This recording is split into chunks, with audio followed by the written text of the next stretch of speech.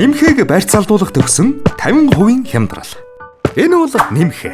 Нэмхэ бол кул залуу. Тэр кофе ууж цахим хаягуудаа шалгаж өглөөгөө эхлүүлдэг. Нэмхэ цахим ертөнцид идэвхтэй нэгэн бөгөөд шин содон бүхнийг цаг алдалгүй туршдаг. Тэр юу хийж болохгүйгээ сайн мэд. Нэг өдөр нэмхэ өдрийн хоолндоо гарахаас залхуураад утсаа ухад сутал 50% хямдрал гэсэн зар таарав. Ёстой азтай хэрэг гэж бодоод шууд дарчлаа. Сайд нь танил харагдсан болохоор сэжигч төрсөнгүй. Яг захиалга хийх болоход интернет банкны нэвтрихнэр нууц үг зэрэг мэдээлэл оруулахыг шаардсан нь нэмэхэд нэг л сэжигтэй санагдаж шууд банкнд хандсан юм. Банкны ажилтан нэмэхэд сүүлийн үед ихээр гарч буй цахим залилангийн талаар мэдээлэл өглөө. Тэдгээрийн дунд бүх төрлийн судалгааны линктээр дарж орох, өндөр үнийн дүн амлсан урамшуулал, хямдрал зэрэг хэрэглэгчийн анхаарал татах олон арга байдгийг банкны ажилтан тайлбарласан юм. Ингэж л нэмэхэд цахим залиланд өртөх төгсөн гэдгээ сайн нэг ойлгов.